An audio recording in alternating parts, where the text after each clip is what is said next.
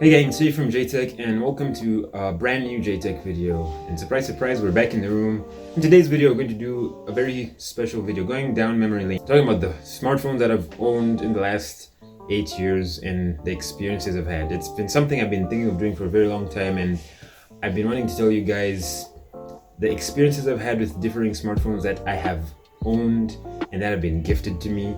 So I'm not going to mention smartphones that I've used for a short time and given back to the owner. Phones like the iPhone 7 or Vodafone budget 4G smartphones are not going to be part of this list. This will just comprise of all the phones that I've owned from January 2013 up until now, and just giving them my verdict. Starting with the Samsung Galaxy Pocket from January 2013 to February 2015. I have fond memories of this phone. Let's just get the good out of this phone. I have so many fond memories of this being my very first Android smartphone, being the very first smartphone experience that I owned as, someone after high school.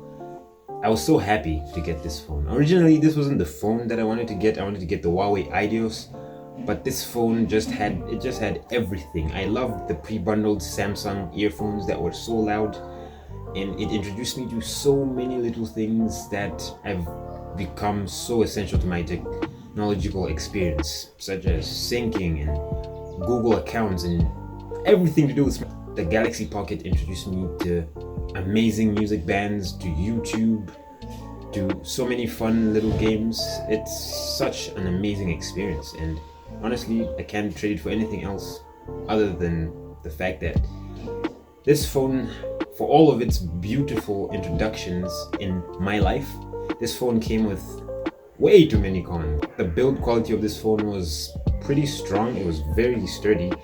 The one thing that I just didn't like was maybe the color. The plastic was so chipped, especially the silver band around the bezel of the phone. It was easily chippable, and I'm going to give Samsung credit. This was a strong and sturdy phone. It's just that everything surrounding this phone never aged well. And the battery always expanded. I had to replace the battery in this phone twice in a space of a year. The performance of this phone was pretty bad. But then I realized that back then I was pushing this phone to its limits. It only had a single core 800 megahertz processor with 300 megabytes of RAM and 4GB internal storage running on ancient Android Gingerbread 2.3.6. Had a single 2 megapixel fixed focus rear camera, and all the joy that comes with Samsung and TouchWiz at its very, very best. In terms of rating, I'll give this phone a 3 out of 5. I know it's very generous, but it was the first smartphone I ever had, and I cherished it for so many things. I had so many great memories, and honestly, I can't change that for anything. So 3 out of 5 rating for the Samsung Galaxy Pocket. The next phone in my list is the Alcatel One Touch Pop D3 from March 2015 to November 2016. The Pop D3 was a phone that I regret selling. This phone was amazing, especially on the software front. After dealing with the mess that was the Galaxy Pocket, the Alcatel phone was just smooth on all fronts. It ran on Android 4.4.2 KitKat. You and I will have to agree on this. KitKat is one of the best written mobile softwares that's ever existed. This phone was just beautiful. It was the first phone I owned that had a front-facing camera, and so the word selfie was always used all the time. And does anyone still use that word? I don't know. You let me know. We all just say, let's take pictures, but selfie. 2014 was such a good time. This phone just ran well. Of course, it wasn't perfect. It had a dual-core 1.2 gigahertz MediaTek processor with half a gig of RAM, 8 gigabytes internal storage, and it had a 4-inch 480 by 800 display, which was quite sharp. It had a 4-inch TFT panel, which didn't have the best viewing angles. We'll get to the cons in a minute, but the pros of this phone will always go down in terms of performance, in terms of high-end 3D games. And this thing could run literally every game could throw at it. It honestly was such a joy to use. The one major con I had about this smartphone was the fact that it had a very, very overly sensitive touchscreen, which means if you put it in your pocket and it unlocked itself somehow, it had poor false touch detection, which means I could find myself accidentally butt dialing people or sending a bunch of random text to a bunch of people, and it would take a bunch of screenshots and cameras in my pocket without my knowledge. And this was a time before false touch detection was added into the Android software, around the time Android Marshmallow dropped. But I love this phone for everything it did for me. And by the way, fun fact, the Alcatel Pop D3 smartphone was the very first video camera that I used to film JTech. So here's a little fun fact for you guys out there. And speaking of the camera, it had a VGA selfie camera and a 5 megapixel fixed focus camera, which was good enough to say the least. It also had a flash, which was as good as toilet paper, which could be useful if you want to argue in that regard. But I'll just say this, the flash on this phone was crap. It was just pure trash. It never really illuminated the background. Other than that, man, this for me is possibly the best entry-level budget phone that I have ever used in terms of performance, battery life, and just overall longevity. Unfortunately, I had to sell it for the next phone that's in my list, and I had to sell it to fix the following phone that's in my list, which is the Samsung Galaxy S3. And before we get to that, my rating for the Alcatel One Touch Pop D3, well, that's a mouthful, will be a 4 out of 5 star rating. I'll give it a 4 out of 5 because honestly, this phone was so good. I never had any problems with lag, and maybe storage was a bit of a problem, but I always had an SD card to help buffer that complication. But whenever it came to gaming and general UI usage and going through apps, it never gave me a problem. And so I really like this phone. I enjoyed it, and it's a generous 4 out of 5 for me. Now, the Samsung Galaxy S3 was the next phone I used from July 2016 till February 2017. And wow, what can I say about this phone, man? The Galaxy S3, when it dropped in 2012, was the dream phone for me. Seeing those commercials, with people interacting with the smartphone, whenever you closed your eyes, the phone would go off. You could literally just touch each other's Galaxy S3s to transfer files. NFC data transfer was such an amazing feature back then, and I remember I was so hyped for it. But I got this phone 4 years later. It was my sister's former phone. It was gifted to me. I got it 4 years after its time, and all I can say about this phone was just, I kind of got it at a bad time because it was damaged when it came to the USB port.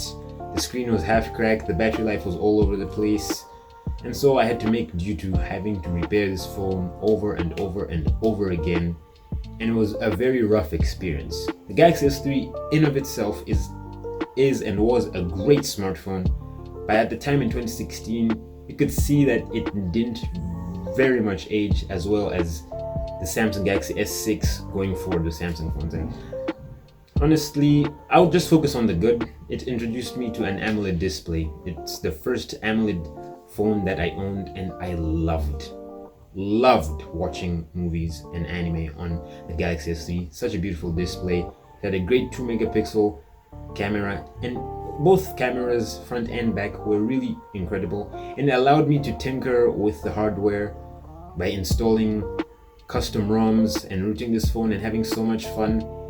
But that got really old for me, and I switched back to TouchWiz Android 4.3. And well, this phone honestly was such a good phone, but it came with so many shortcomings. In this case, the lag of TouchWiz, the port was a bit damaged, and it just really aged poorly. For this, I'm just going to give this a generous 3.5 out of 5 stars, a 3.5 out of 5 rating, because had it been at least slightly used, I would have enjoyed it most of the time, but it cost me a lot of money having to fix this phone, get this phone fixed, and so I didn't spend a lot of time with the Samsung Galaxy S. Next on the list is quite possibly the worst phone I have ever used to date. Ladies and gentlemen, I introduce you to the itel Vision 1505. Now let me just tell you the story of how I got this phone. At the time, I was skeptical about buying phones on Facebook or buying used phones because I was afraid that most of these phones would come with glitches like a dead battery, broken camera, or would be a stolen phone. I heard of itel's reputation for having very laggy phones, and so I was very skeptical about this phone. But I decided to give it benefit of the doubt because I thought it's running on Android Lollipop. It should be good enough. The Alcatel surprised me, and so I'm sure that the itel Vision will surprise me. Let's start with the good. The design of this phone is just magnificent. It's possibly the second best looking phone that I've ever owned. It looked like a combination of Sony Xperia phones and Nokia Lumia phones. It came in this unibody plastic industrial type design with separate power button on the right and the volume rockers on the left side of the flat bezel. The flat bezel reminded me of the iPhone 5, the current iPhone 12 design. And the matte black finish on this phone was just immaculate. I feel like this phone just made me appreciate smartphone design because phones before were more functional. This was the first phone that I owned that just looked good in terms of form. The only issue I had with the design was maybe the camera. I wish the camera didn't look too much like an iPhone. I would have loved if the camera module was in the middle of the phone instead of the top left-hand corner, as has been with many phones I've owned. But other than that, this was a fantastic looking phone. And that's where it stops with this phone, because everything else about this phone was, before I get to the cons as well, the camera on this phone was amazing. It used an older version of Gcam, and so the fact that it had an 8 megapixel rear facing camera and a 2 megapixel front facing fixed focus camera, tongue twister, it just looked very good. The screen was a 720p display, an IPS display, which was very sharp and very colorful and very accurate in terms of color reproduction. But the performance, the fact that they used a low budget Spreadtrum quad core processor was the worst thing that itel would do, because this thing would lag on almost everything. Whenever I tried to type in text, whenever I tried to hop into different apps, whenever I went to the browser and especially wanted to use Twitter or Instagram, and I could never game on this thing. This thing was a bad gaming companion. And also, itel, I hope your phones have improved, and I hope the packaging of your accessories has improved, because ladies and gentlemen, the charger that I got for the itel Vision died within the first 4 months that I got with this phone. The USB cable fell apart in the space of 3 months. The charger would charge slow as bricks to a point where it could only charge my phone up to 100% after an astonishing 8 hours. Take you back to the Nokia days.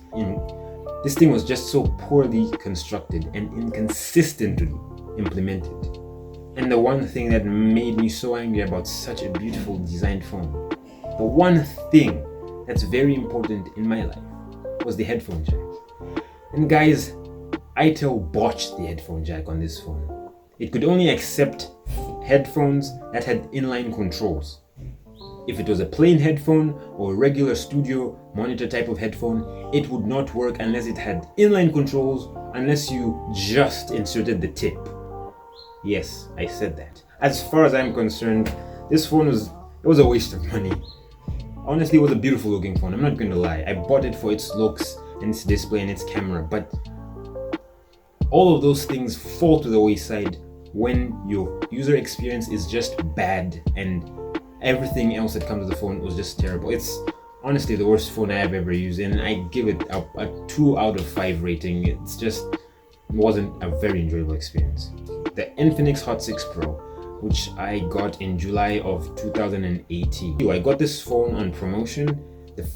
Literally the first day that it came, I got it for a steal price of 1,508 kwacha, and it blew me away. I just love the specs on this phone. A Snapdragon 426 chip, 2 gigs of RAM, 16 gigs of storage, a dual camera array, 13 megapixel plus 2 megapixels, 5 megapixels in front, a 6-inch 1440 by 720p HD plus display, and it was running the latest version of Android at the time, which was Android Oreo 8.0.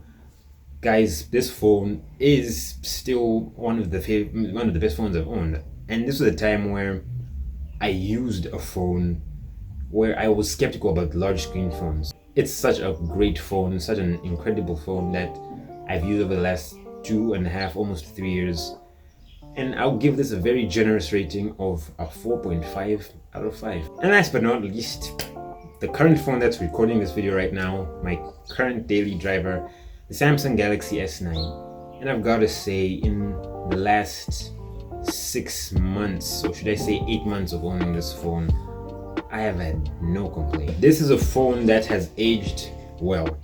Coming from using the Galaxy S3 and coming now to using the Galaxy S9, you see the gulf in terms of longevity. The no frills performance, it still flies off the shelf. With any game that I put on this phone, it still works well. I don't put it on the highest settings because it tends to overheat, but on medium settings, this phone works brilliantly, and it's also an emulation beast. I just need a Bluetooth controller. I feel like I'm going to do a video on emulation very soon, so if you'd like to see that, let me know in the comment section down below. But other than that, man, this phone just works well. The only cons that I have with this phone is the battery life is hit and miss. If you use it carefully, you can last a whole day without charge. But on busy days, I have to charge this phone before I go to sleep and wake up the next day and go again. This phone is a former flagship that 3 years after its release is still very usable. It's still very high end in terms of design and spec. It's still a great phone that I literally cannot recommend to you any more than I have. And I'm just going to give this a 4.8 out of 5 rating. Why is there no perfect 5-star rating for this phone? It's because there's no such thing as a perfect smartphone.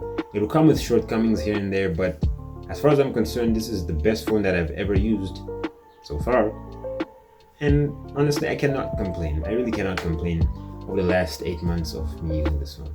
So that's it, guys. This is possibly the longest video I've ever done. What do you think about this list? What were your favorite phones that you've used over the last couple of years? Let me know in the comments section down below. And also, guys, I've thrown in an idea that I wanted to give you guys. I would love to do a Q&A with you guys. If you'd like to have questions for me about the channel, surrounding the channel, what I would love to do with the channel, let me know in the comment section down below. You can ask questions down there. I'll shout you out in a future video. Share this video. Make sure you share this video on your Twitter, on your WhatsApp status, to your friends. If you want to participate in the JTech Q&A, it's been something I've been wanting to do for a very long time. And that's pretty much the end of this video, guys. If you like this video, hit the like button. If you want to see more videos like this, hit the subscribe button. It's been Jay from JTech. Talk to you guys next time.